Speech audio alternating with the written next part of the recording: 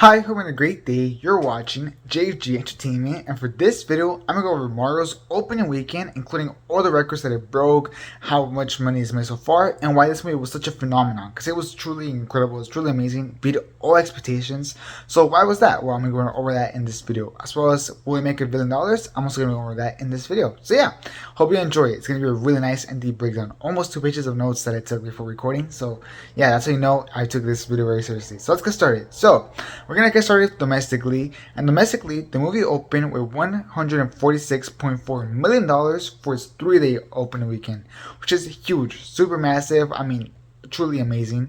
And it opened with $204.6 million for its 5-day opening weekend, as it did open on Wednesday. So since it opened on Wednesday, it had a 5-day kind of opening, and it opened at $204.6 million, which is also huge, truly amazing. Now, this means that it has become easily the highest opening weekend of 2023, dethroning Quantumania's $106.1 million. So easily, by far, not even close. And it's the biggest 5-day opening weekend ever, dethroning Transformers Revenge of the Fallen's $200 million, which is also amazing. So for that to be the biggest opening weekend, 5-day weekend ever, it's incredible. And not including, I think, holidays, I think that kind of is the only catch. So yeah, that's interesting. It's also the biggest Illumination debut ever, dethroning Minions $115.7 million. So that's incredible. Biggest Illumination opening ever. That's insane. Illumination is a very successful animation studio, despite the fact that some people don't like it. Me personally, I don't love Illumination movies, but I can definitely admit that they're like super successful, especially for the short time that they kind of been here. So the fact that it's the biggest opening is definitely a good sign. Now, it's also the second biggest opening ever for an animated film domestically, behind Incredibles 2, $183 million, which is insane. Second biggest opening ever for an animated film. That's truly insane. I mean, nobody ever expected this from this movie, at least not like coming into the weekend, and then look where we're at now. That's just insane. And this is by far, and I mean by far, the biggest opening for a video game adaptation ever, completely destroying Sonic 2's $72.1 million opening. So yeah, definitely by far the biggest video game adaptation ever, which is super cool. I mean, Mario is a bigger character than Sonic. We can all admit that. So it makes a lot of sense. And it looked like animation is definitely the way to go with these kind of video game adaptations when it comes to like these type of characters. Maybe if Sonic was animated, it would make more money. I don't know. It's kind of interesting to just kind of talk about. Now, why was the opening weekend so big? Well, for starters, 40% of schools were in spring break whenever this movie opened, and 80% of schools were off for Good Friday, which is super awesome. So now that let all these kids or for also teenagers go out, and like also colleges as well, go out and be able to like watch the film, and I think that definitely helped. Usually holidays really help boost the film, and this was definitely a holiday that kind of helped boost the film's box office. You know, maybe a friend was like, hey, let's go watch the movie this weekend, and they're like, yeah, let's go watch it. Maybe it was that case. So yeah, I could definitely see that. Now, what was the demographics for this opening weekend? Well, interestingly enough, 41% of the audience that went to go see this film was Hispanic, which is insane. That's like a super huge, very much skewed to Hispanic. That's really big. 30% of them were Caucasian, 15% were Black, and 14% were Asian or others. So that's really insane. The fact that Hispanic audience has showed up this much, that's really incredible. So honestly, kudos to the film for really bringing the Hispanic audience. I don't know exactly how that worked. I think it's just because Mario was such a popular brand with like the Hispanic market, and you're gonna see that later in this video. I think that's probably it became so big with the Hispanic community, which is amazing. That's really cool. Now, as I'm recording this video on Tuesday, the film made $20.1 million on Monday. So that's really, really good. In fact, it's the biggest Monday post-Easter, beating Batman vs Superman's $15 million. Now, that's insane. It beat Batman vs Superman's $15 million post-Easter Monday. That's insane. That's truly amazing, the fact that it was able to beat Batman vs Superman, which opened super big. So, honestly, really nice kudos to this film for opening this big. I mean, it's like I said, it's truly a phenomenon. Now, this brings the domestic total at $224.7 million, which is really awesome. And this makes it already by far the highest domestic movie of 2023, beating Quantumania's $212.9 million and domestically. So that's insane. Already the biggest one in 2023, just like 6 days in, and it still has so much to go. So definitely going to be one of the biggest. Definitely going to be like probably in the top 3 of this year, I think. And yeah, super strong. So that's amazing. Now, what about internationally? How is it doing internationally? Well, internationally, the film made $173 million overseas this weekend. And this is by far the biggest opening overseas as well of this year, beating Quantumania's $117.1 million. So yeah, definitely you see a huge margin, by far the biggest one. It's also the second biggest opening ever overseas for an animated movie, only behind Frozen 2, which made $228.2 million. Frozen 2 was huge overseas, but this film was the second biggest. So that's really insane as well. And the biggest illumination and video game movie opening of all time by far as well. So that's really awesome. Like I said, it's just great for illumination. They're definitely growing, and great for video game adaptations. So they're going to be able to get a lot more profit, a lot more budget to be able to make them right. So that's really awesome. I'm going to talk about that a little bit more later. Now, the biggest market by far was Mexico, which made $27.4 million there, which is insane. Like I said, Hispanics really showed up for this film, and Mexico was no exception. Mexico definitely showed up, and that's really awesome. It's really, really kind of integral to the culture for some reason. I know because I'm in a Mexican household, and I can tell you that I played Mario a lot. Like, it was kind of really special and everything. So I can tell you that it kind of became really integral to the culture of Mexico for like the kids born in the 2000s. So it's really awesome that they showed up for this film. That's insane. And how insane was this opening weekend in Mexico? Well, it actually became the third biggest opening ever in Mexico, which is just crazy to think about. So yeah, that's super awesome. Now, what about globally? How did the film do globally? Well, globally, the film opened at $377 million, which is huge. This is by far, like I said, the biggest opening of 2023. Just in general, Quantumania opened at $225.3 million. So just in general, by far the biggest opening of 2023.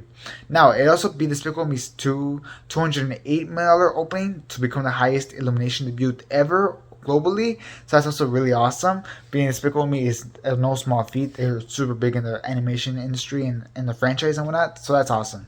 It's also by far the highest opening ever for an animated movie in IMAX, with $21.6 million coming from IMAX, which is great, and it just shows that premium formats are kind of the future of movie theaters, because every time more and more we see that people are going to IMAX more, going to the premium kind of screens more, and I think that's because they want to get that full-on premium experience if they're going to go to the movie theater and see a film. So yeah, that's really awesome.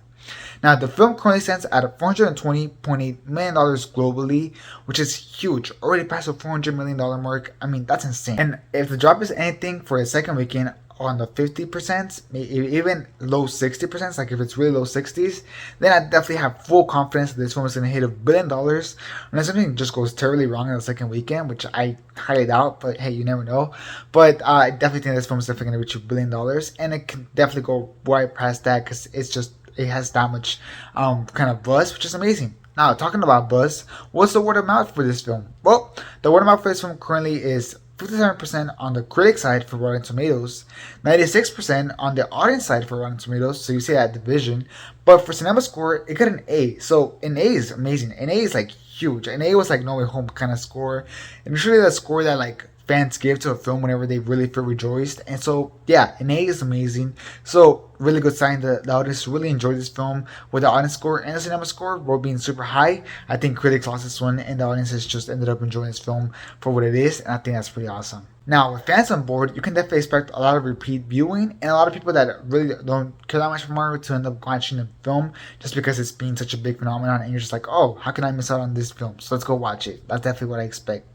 Now, the next big film isn't until May 5th, with Guardians of the Galaxy Volume 3, giving Mario 3 more full weekends, which is amazing to itself, and they can definitely make a lot of money in those weekends. So it's good for the Mario box office. It's gonna have all that time to just suck as much money as possible for Guardians of the Galaxy Volume 3. So really awesome opening release date strategy for this film. I think it worked phenomenally. Now, another thing that really helped this film was the phenomenon that the Peaches song from Jack Black's Bowser became, because that song completely blew up. It's all over TikTok, on YouTube. It's doing crazy views and everything. So I think that's another thing that's really giving this movie a huge boost. Just like how Disney movies, whenever they have a hit song, it gives them a boost. Frozen had Let It Go, Moana had You're Welcome and whatnot. So all these kind of films have these like different songs. This one had this Peaches song from Bowser with Jack Black singing, and it became a phenomenon. I don't think anybody expected it to become this big, and it's just really insane that it became this whole phenomenon, and it's definitely boosting the kind of word of mouth and the kind of like just like talking about the film and whatnot. So I think that's really awesome. And it also just became confirmed that it is eligible to be nominated for an Oscar. So I wonder if it will get nominated. I don't think it's gonna win, but I definitely could see it get nominated, which would be awesome. Now, this is also a very clear win to 3D animation style, as it's clearly preferred by mainstream audiences over kind of like the Spider-Verse and Puss in the Boots, The Last Wish kind of animation styles where you have like 2D stuff and whatnot, which for me personally, that's a bummer. I like Spider-Verse and Puss in the Boots animation a little bit more, but I guess the 3D animation style is still the classic. That's the one that mainstream audiences are still used to, so that one still wins. But it's still really good sign for Across the Spider-Verse later this year, as you can very much see that mainstream audiences are starting to get back into animation, going to theaters to watch animation. So that's really awesome for that. Especially since last year we had like Buzz Lightyear, which just completely failed, and the Disney movie Strange World that completely flopped. So it looked like animation was kind of dead in theaters for a while, but no, it definitely seems to be back well and alive with Puss in Boots: The Last Wish and the Super Mario Bros. Movie, which is really nice. So that's awesome. Now, like I said, this is also by far the biggest opening ever for a video game movie, and in fact, the biggest video game movie adaptation ever already, like by far. So that's just insane, and that definitely means that we're gonna get a lot more video game adaptation movies and shows. I mean, we just had The Last of Us, and The Last of Us did amazing as well. So I think you can definitely expect a lot more video game adaptations coming in the very near future, and with the original creators involved very heavily in it. Just like The Last of Us had the original director and writer of the game come and really be a huge part of the show, and same here, like the creators and the Nintendo kind of workers that work on behind Mario really were involved into this film. So I think you can definitely expect that now they're gonna work a lot more together instead of just kind of like having them on the side. So that'd be really awesome, and I hope that it leads to a lot more successful video game adaptations, especially for the Ghost of Tsushima. I'm excited for that one. And so yeah, that's what I'll have for you for the box office of the Super Mario Bros. Movie, including all the records that it broke, everything that it means for the industry, including video game movie adaptations, animation. It kind of hit $1 billion, of course, and just all the buzz and everything. I really hope you enjoyed this breakdown. I put a lot of effort into it, so hopefully you did. And if you did, then please leave a like. It's very helpful. So please leave a like. So tell me down in the comments, what do you think of the opening weekend of this film? Did you go watch it? And what are your thoughts? Tell me all that down in the comments. And lastly, just make sure to subscribe for a lot more videos like this. I'm gonna do one for the second weekend and whatnot. So just subscribe so you don't miss any of those box office breakdowns that I have for you coming in the near future. And yeah, that'll be it for this video. Thanks for watching. Hope you have a great rest of your day. And this is your entertainment out.